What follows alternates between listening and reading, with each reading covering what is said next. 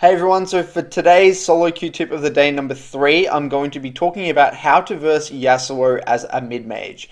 So before we get into the specifics, I want to quickly talk about some and debunk some of these myths about versing Yasuo. I always get asked, how do you beat Yasuo in lane? What do you do? What do you do? First of all, Yasuo pretty much wins every single lane 1v1. If you just leave it pure 1v1, Yasuo's kit, his numbers, his base stats, he's designed to win 1v1. That's what he does. So when you're playing these matchups like Ryze into Yasuo, Ori into Yasuo, you're playing any of these champions, the only things that beat Yasuo 1v1, if you play these, maybe you play like Kled mid or Renekton mid. But even then, Yasuo doesn't even really struggle too much against them in mid lane because the lane's so short. So Yasuo is really OP 1v1. So that's the first thing we got to debunk here. So when you play these matchups like Ryze into Yasuo, I got counterpicked this game, right? They've got this Yasuo Talia Malphite comp. There's nothing I can do about it. If I want to play Ryze and blind pick my champion, I open myself up to this. Otherwise, I should look to ban the champion. But it doesn't mean it's unbeatable in the game. So just because he wins lane doesn't mean he always wins the game, right? Because winning the lane doesn't always mean you win the game. So one of the things about Yasuo that you have to keep, and when I see mid laners do all the time, is that they're so scared of getting pushed in. They're like, oh, if I get pushed in, then he's going to roam and do all this stuff. No, if you're smart with your warding, you're smart with your pings, Yasuo isn't that good at roaming. And he needs to be really efficient with his farm as well, otherwise he falls too far behind. So a lot of the time, Yasuo's going to push you in. Sometimes he may go for Raptors, but even then, you shouldn't give him that much space. But as long as you have solid warding, solid pings, he's not really going to get many wards off. He's not like a Fizz or a Talon or a LeBlanc or one of these champions. When they have push, they can just roam into the side. Yasuo can't do that very effectively. So that's another myth that we need to debunk straight away. So generally, if we kind of fast forward this lane, your role as a mid lane mage in these matchups is to catch waves under your tower, get solid bases, and get to your key item spikes. So this is the third thing that I actually see done wrong straight away from mid lane players versus Yasuo, is that they don't adapt their build. They will continue to go the standard, Archangels, for us specifically, like Archangels into Rod of Ages, into Rabadons or Void Staff. If you're playing Orianna, you'll see Luden's Echo into Oblivion Orb or something like that. People don't know how to itemize very well versus Yasuo.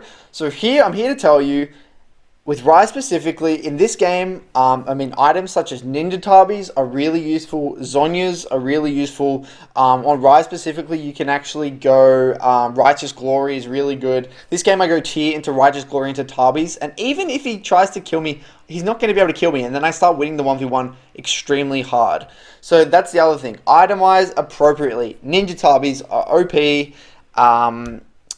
Zhonya's and even Seekers, just sitting on Seekers if you want to, and then going into last chapter as a lot of Seekers into like Luden's is really, really strong, or sometimes Seekers into last chapter. Finish off your boots to Tabis and then go into Luden's. Yes, you require a lot more farm. Yes, your power spike's going to be extended. It's going to take a lot longer to get to your power spike, but you're going to spike extremely hard when you do get to those items. And then also, it's going to be very difficult to Yasuo to go to kills, and then he's going to open himself up to getting ganked. Which is the next thing, is your objective is to keep it in a position where you either have great defensive pink wards, so Yasuo is opened up to ganks, and then also and put it in a position where Yasuo can die to a gank. So in this early laning phase, again, I'm constantly pinging whenever he goes missing. I just want to farm. And another tip to get a good base off versus Yasuo is utilizing cannon waves. So here, I remember I saw that there was a cannon wave coming soon, so I caught this wave, and then I just based, because I know it would take him a while to clear this wave. So I can come back TP without having to miss any CS, which is really strong. Come back, and then look at this. This is the first thing. Because Yasuo doesn't take TP, and I based on a cannon wave, which is a simple little trick here. Opens it up to like having to commit to hard shoving the wave. Otherwise, I can either shove and roam myself or even freeze it for a while. And now I'm just trying to pull the wave and freeze it, and now he's opened himself up, and he is dead. So This is just me playing solid, and yes, it did rely on my jungler, but even if my jungler wasn't here, I was completely fine. Just farming, I had my tier, Yasuo had to base, I come back with TP, I'm full resources, I've got a pink ward, eventually he was going to have to base, and all this is just going to be good for me. But again, if he's constantly pushing, it's going to be him open himself up to ganks, so I put myself in a position with a solid base to make him gankable. And then I push and then reset because, Rise is OP, so you can actually get some really solid bases off. And now straight away you see me getting boots because it helps me dodge. It's another tip versus Yasuo. Getting boots early is quite good as well because it allows you to dodge the tornadoes and keep your distance away from Yasuo. Because if he buys boots and you don't buy boots, it can be a little bit tricky. And then I bought a cloth armor, So again, super making myself really easy to survive my laning phase. And then you'll see me here soon put a defensive ward. So I actually send it Tali here, and I end up having to flash, which was pretty annoying. I should have respected, because my jungler wasn't on the map there, so that was a big mistake. But anyway, if we fast forward this, you'll see, again, I'm just taking solid trades. Alright, let's continue on. So here, again, and see how now I have a defensive ward. And the reason, this is my next tip, is pink in this position here is because if Yasuo then decides to ward over this wall because he's scared of getting ganked, this is going to stop that from happening.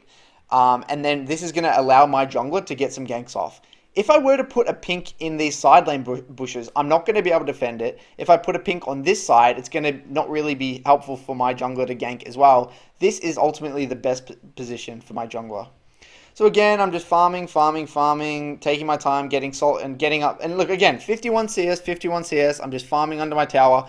And the other mistake I see is a lot of mid laners, they try to contest the wave in the middle. They get chased down, they get themselves a really bad trade. They have to base on a shitty amount of gold, and then it kind of snowballs out of control. Notice how I'm just giving the wave. I'm letting him push me in. But again, he can't do much because I'm just pushing the wave right after he pushes it in. I'm not I'm not giving him much room.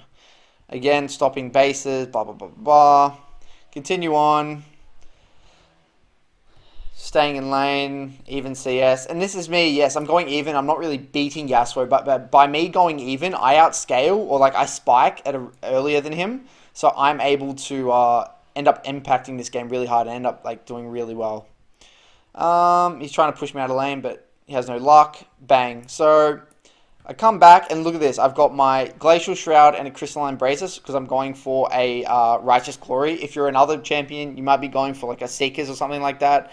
And then again, here, because he's desperate to push in the wave, and because luckily I've got a Zac, and then I end up rooting him, I CC him as my jungler's coming to gank, and then we end up trying to clean him up here.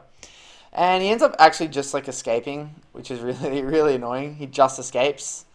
But no big deal. Again, I'm just farming. I'm getting out of control now as a Rise. And as soon as I giving Rise free farm like this, or any mid-mage free farm, going even in farm, is just super good. And now he doesn't have flash. I'm able to roam and impact the map and go for kills and stuff like this. So, yeah. So, again, I won't go any further. It's people mainly concerned about now that I'm in a position to, I'm completely fine. I've got to my item spikes, it's completely fine. I'm level 9, Rise. I'm starting to get OP. This is the same for most other champions. It's very similar concept when you're playing any other mid-mage. Let them push you in, make it gankable, adapt your build, get to a point where when you're comfortable, begin trading, or begin to trade when your jungler's around, things like this, mid lane fundamentals. And this is how I approach versing Yasuo.